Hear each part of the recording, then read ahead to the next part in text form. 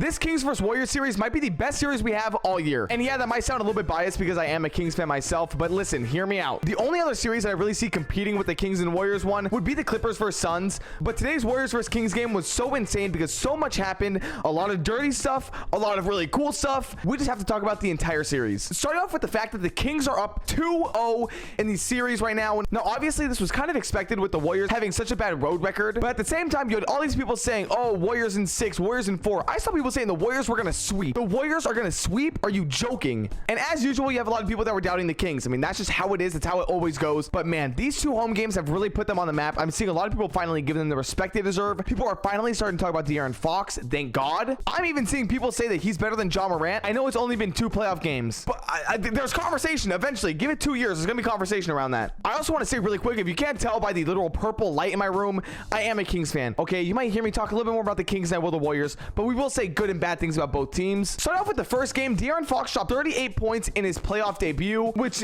is just insane. I mean, Malik Monk also had 32. Trey Lyles, Malik Monk, and Fox were the only reason why the Kings won the first game because they actually put the team on their back. But seeing De'Aaron Fox and Malik Monk both go off together was absolutely amazing to watch. I genuinely cried. Okay, I didn't actually cry, but it was crazy being at the arena. Someone who disappointed me, though, in both games is Keegan Murray. And I understand he may not have that big of a role when it comes to the playoff games. I mean, he's played no more than 17 minutes the entire series. And that could be why he doesn't seem to be playing good. But overall, he's been really quiet. And it's kind of weird to see that, especially from someone who is such a good three-point shooter on your team. And when in the first game, your entire team is missing threes. Kevin Huerter was 0 for 5 from 3 in the first game. We would have lost the game if Trey Lyles wasn't hitting threes. I'm just saying that right now. It is weird that you don't give Keegan Murray a little bit more time, a little bit more leeway, so maybe some more open shots.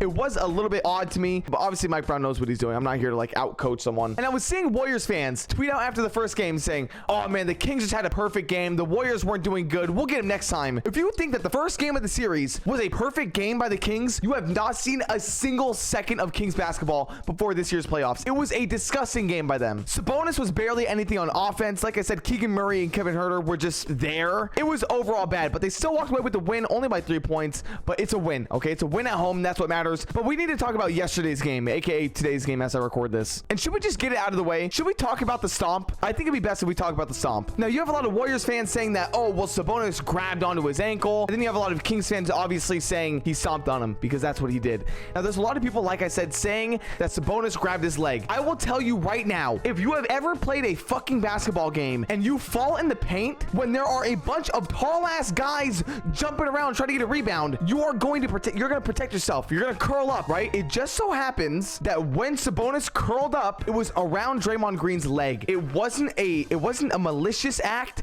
It wasn't him trying to drag fucking Draymond down. It wasn't him trying to break his ankle.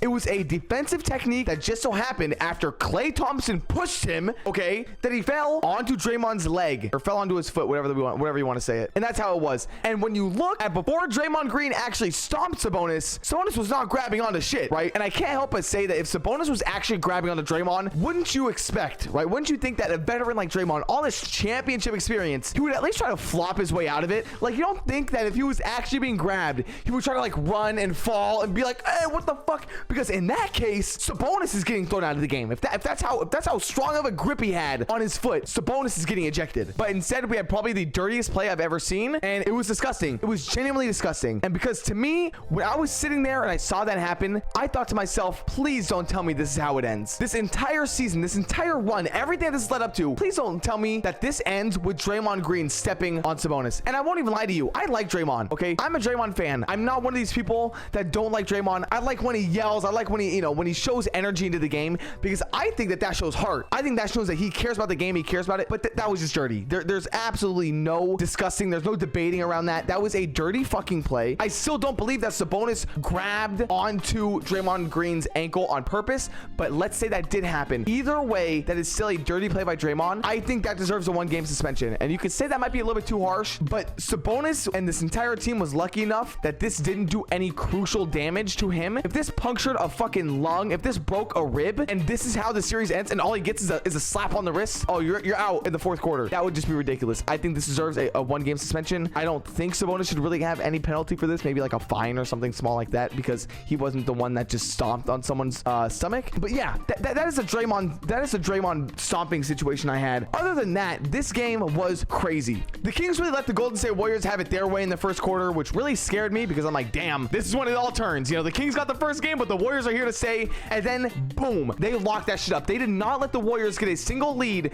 for the rest of the game, and it was beautiful. At one point, the Kings had a 14-point lead. It is actually insane, and it's crazy to say that a game that was 114 to 106 is a low-scoring game for the Kings, but we were like midway through the fourth quarter, and we were only at like 90 points, and I'm like, damn, the Kings ain't really scoring that much. But Davion Mitchell, ladies and gentlemen, Davion fucking Mitchell, so huge, hitting 3 for 7 threes, guarding the Warriors' best player and one of the best players in the entire game, Stephen Curry, locking his ass up. And yes, I will say that Stephen Curry scoring 28 points is him getting locked up, because he shot 9 for 21, 3 for 13 from 3. Yes, he got locked up. He got locked up. I don't care they scored 30 points. He got locked up. Kevin Huerter played a little bit better. He's still not obviously the Kevin Huerter that we saw during the regular season. Keegan Murray, like I said earlier, he only got one shot up. Like, he got one shot up and he got fouled and he hit free throws. That is all we saw from Keegan Murray. It was really actually kind of sad to see that. De'Aaron Fox obviously still played his heart out. Sabonis played way more aggressive on offense, which I love to see. But playoff Malik Monk is a fucking monster. I don't think anyone wants to see playoff Malik Monk because this man goes off. I fucking love seeing this man play. But with all this being said, the Kings being up 2-0 in the series, Stephen Curry, who's never been down by 2 in a series, where does this go? How does this end? And in my opinion, this ends in 2 ways. They either go to the Chase Center, they go to San Francisco, and the Kings lose both their games, and then it becomes that series again of, oh, if the Kings lose at home, then the Warriors are taking the series. If the Kings can take one game at Chase Center in San Francisco, if they take one game, it's over. Kings are going to the second round. I don't care. And yes, I'm saying this as in, even if it's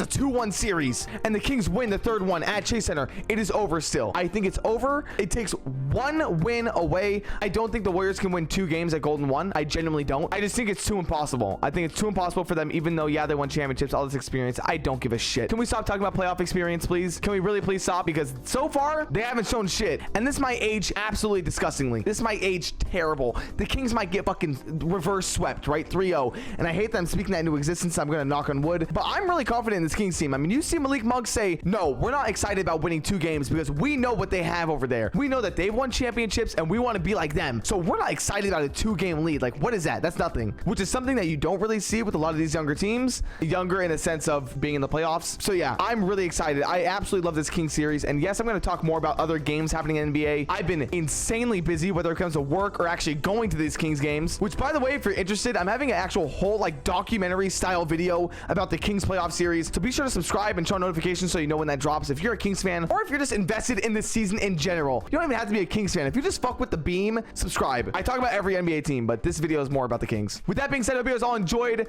Like I said, be sure to like and subscribe, turn on notifications, and click the video up on the screen if you did enjoy. And I'll see you guys in the next one. Later.